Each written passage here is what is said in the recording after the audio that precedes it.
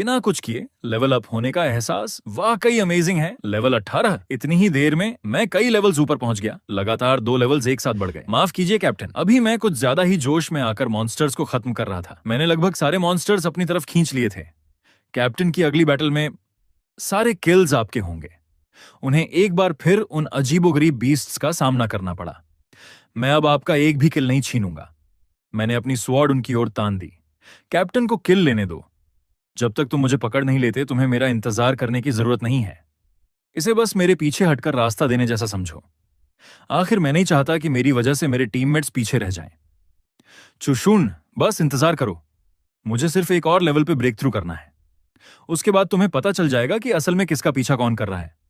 अब जबकि वह लड़की बन चुकी है, उसे ऐसी चालें चलना अच्छी तरह आ गया है। तो फिर मैं भी इंतजार करके देखूंगा। धत्त तेरे की, मैं मानने को तैयार नहीं हूं कि सिर्फ एक प्रमोशन के बाद भी मैं तुम्हें हरा नहीं सकता। कैप्टन के सामने फैले कांटे मानो खुद खुद गायब होते जा रहे थे। लगता है हम बहुत जल्द इस कांटों भरे रास्ते से बाहर निकलने वाले हैं। कैप्टन, यहां कुछ गड़बड़ लग रही है। वह ट्री कुछ ज्यादा ही अजीब दिखाई दे रहा है।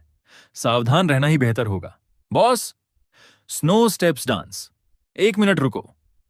फर्स्ट प्रमोशन के बाद का मॉन्स्टर, लेवल 23 का फर्स्ट जॉब मॉन्स्टर। यह कैसे संभव है?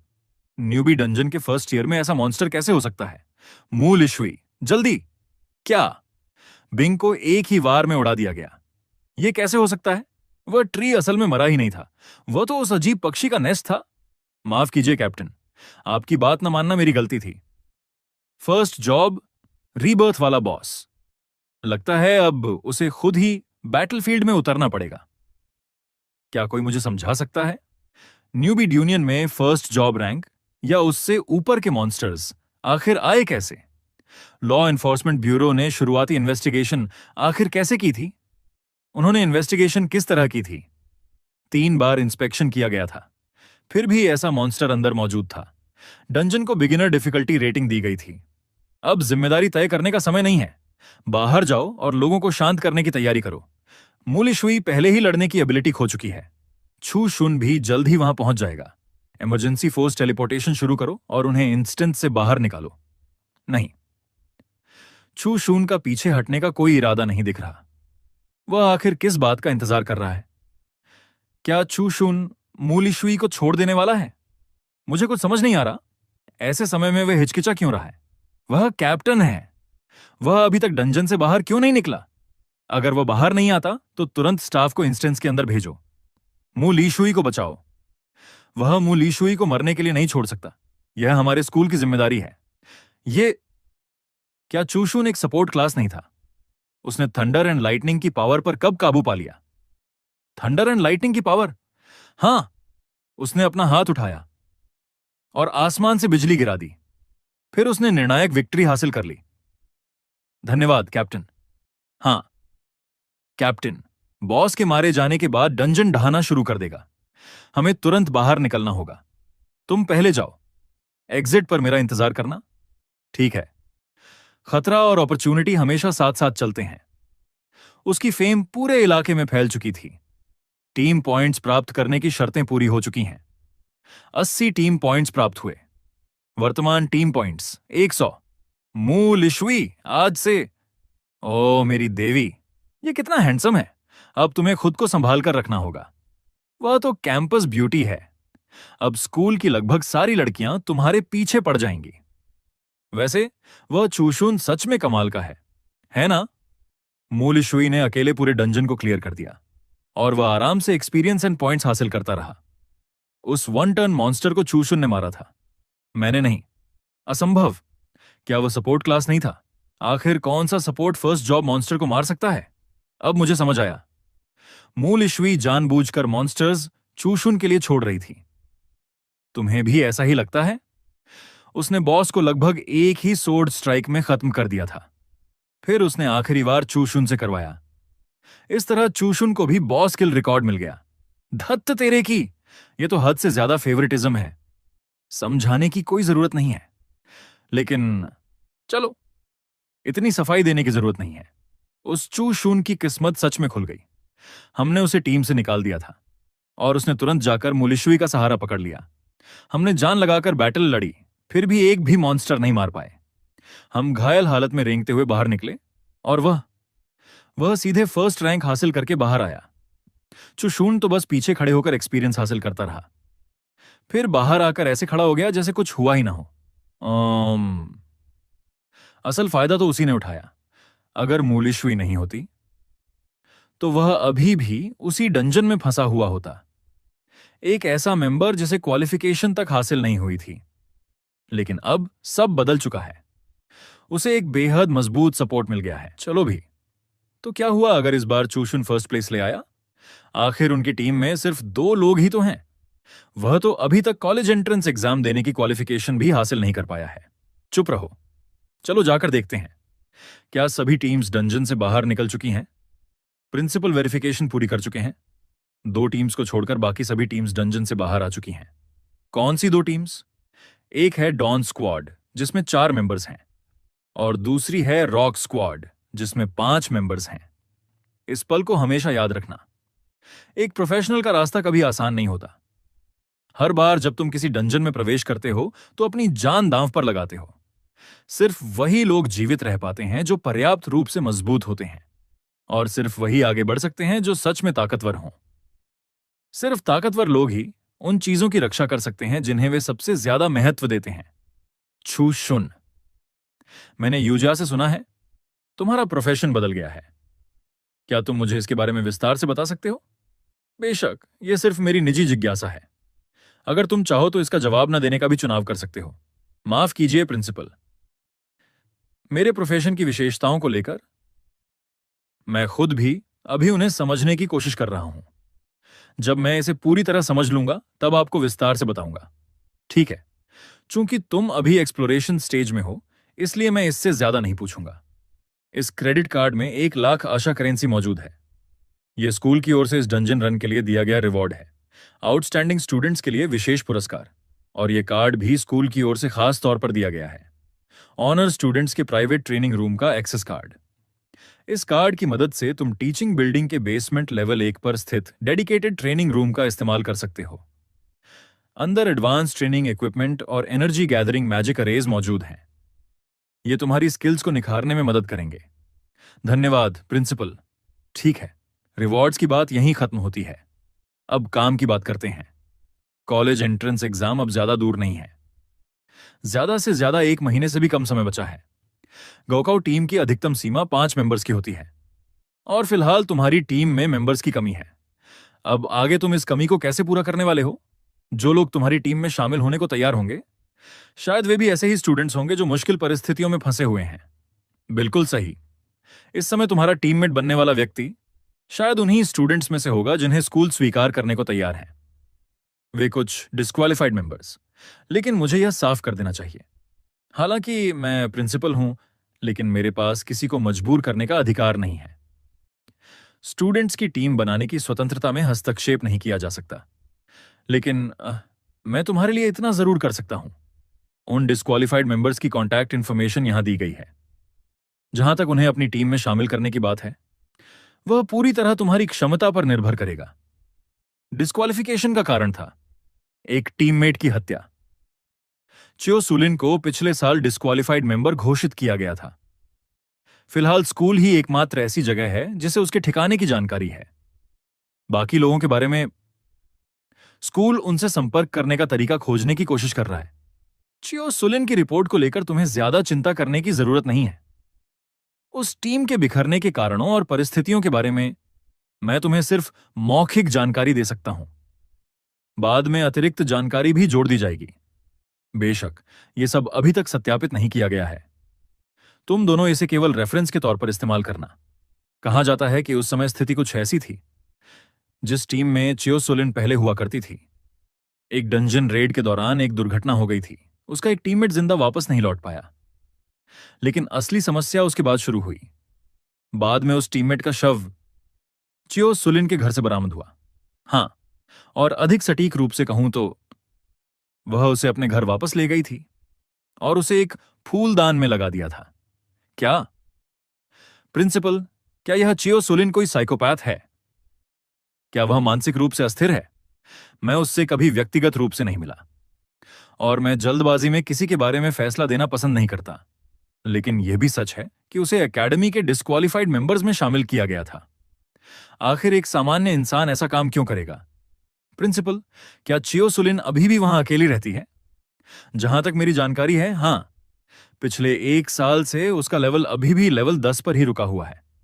क्योंकि उसके पास कोई टीम नहीं थी, इसलिए वह डंजन में प्रवेश नहीं कर सकती थी, और स्वाभाविक रूप से लेवल अप करने का भी कोई तरीका नहीं था।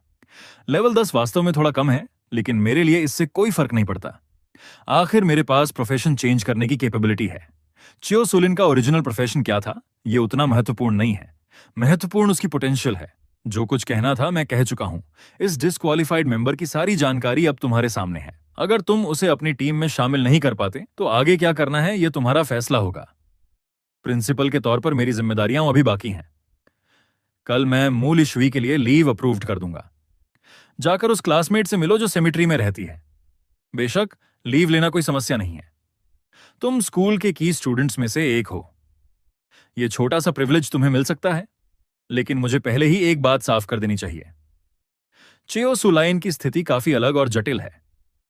तुम्हें मानसिक रूप से तैयार रहना होगा। खैर, आज के लिए बस इतना ही। अब वापस जाओ और अच्छी तरह आराम करो। कल की बात कल देखेंगे। कैप्टन, क्या हम सच में उस चियो सुलिन को टीम में भर्ती करने वाले हैं? कैप्टन कल उससे मिलने जाएगा। ब्रो, मैं बात करने में ज्यादा अच्छा नहीं हूं। मुझे डर है कि कहीं मैं सब कुछ खराब ना कर दूं। चिंता मत करो, तुम बस वैसे ही रहना जैसे हमेशा रहते हो। क्या चियो सुलिन सच में वैसी ही है जैसा प्रिंसिपल ने बताया? यह तो उससे मिलने के बाद ही पता चलेगा। बिल्कुल। अगर चियो सुलिन सच में कोई साइकोपैथ हुई या ऐसी इंसान जो अपने टीममेट्स के लिए खतरा बन सकती हो, तो मैं उसे टीम में शामिल नहीं करूंगा। हमें टीममेट्स चाहिए, लेकिन किसी भी कीमत पर नहीं। समझ गया कैप्टन, मैं अब वापस जा रहा हूं।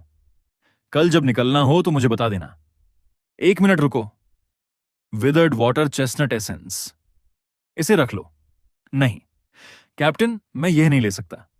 सच में नहीं ले सकता। उस फर्स्ट जॉब बॉस को आपने अपने हाथों से मारा था, और आखिर में मेरी जान भी आपने ही बचाई थी। मैंने तो कुछ खास किया ही नहीं। ज्यादातर एक्सपीरियंस पॉइंट्स भी मुझे ही मिले, और अब आप मुझे यह विदर्ड एसेंस भी देना चाहते हैं, तो फिर मैं टीम का एक पैरासाइट बनकर रह जाऊंगा। यह तुम्हारे लिए मुफ्त नहीं है। इसे लेने की एक कीमत है। क्या कीमत? तुम्हें यह कीमत चुकानी होगी।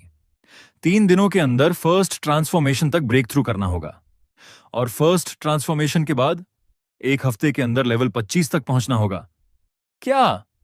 कैप्टन, मैं ये करूंगा। 3 दिनों में फर्स्ट रैंक तक ब्रेक थ्रू, और 1 हफ्ते में लेवल 25। ठीक है, मैं इंतजार करूंगा।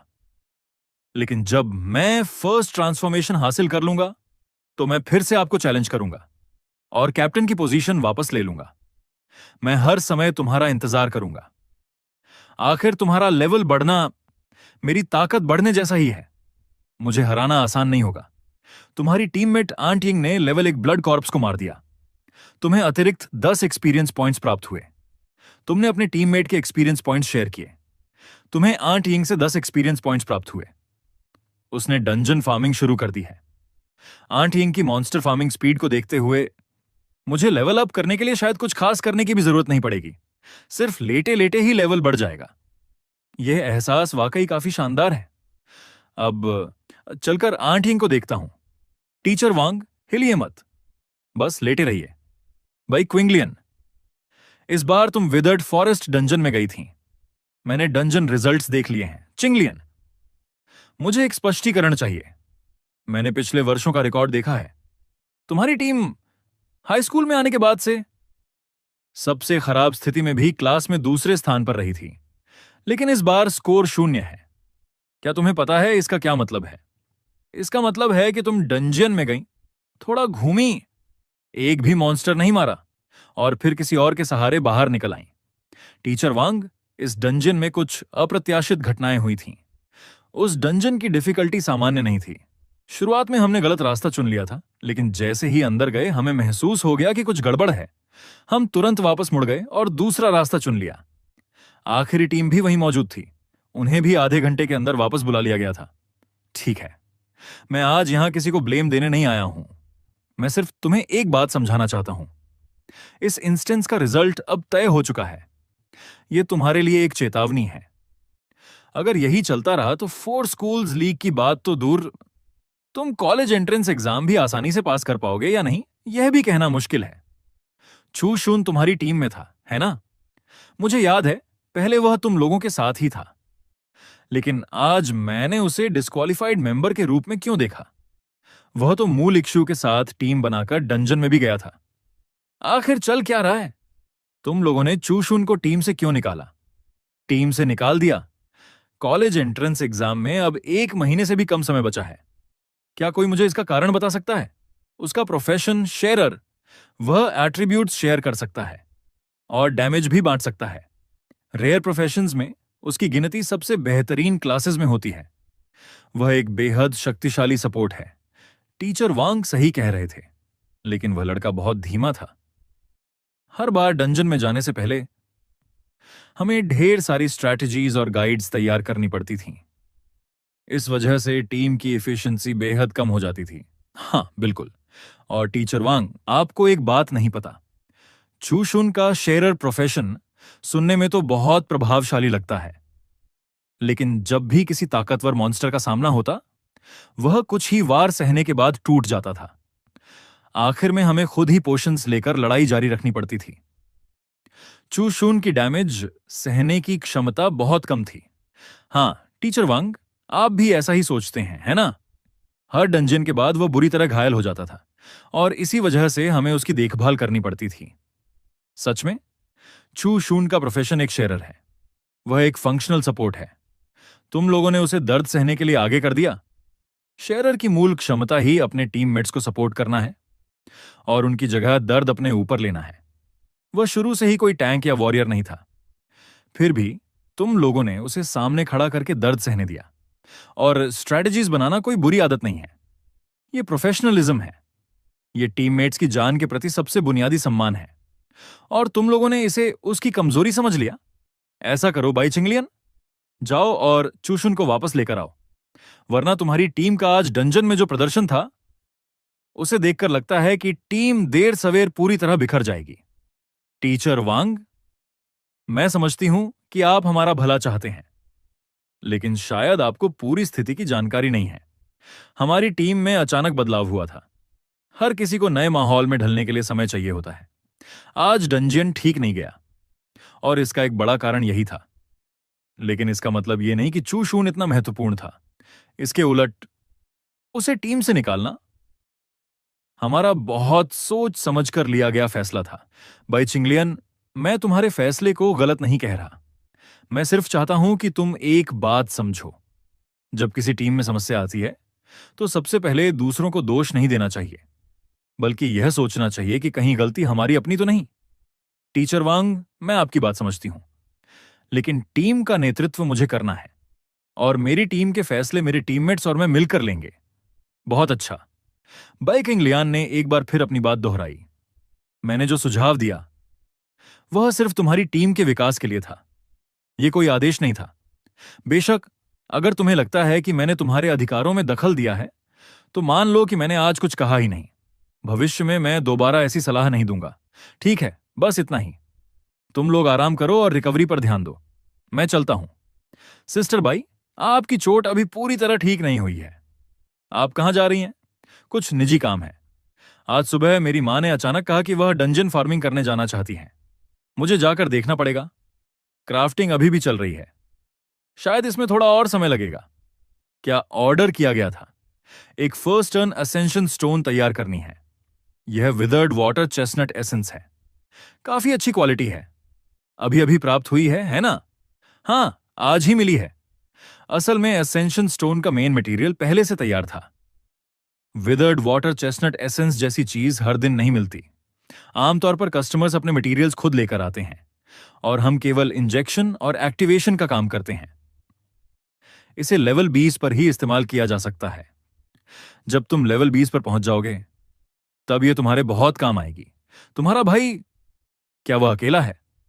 अगर किसी अस्थायी टीम सेटअप में मेंबर्स की कमी हो, तो क्या हम साथ में डंजन रन करें? माफ कीजिए, लेकिन आज मेरा डंजन फार्मिंग का कोई इरादा नहीं है। ओह, सच में अफसोस की बात है। लड़के, तुम्हें टारगेट किया जा चुका है। जितनी जल्दी हो सके यहां से निकल जाओ। चेतावनी के लिए धन्यवाद। हाँ हाँ, तुम मुझे टारगेट बनाना चाहते हो तो पहले यह साबित करो कि तुम्हारे पास वह क्षमता है।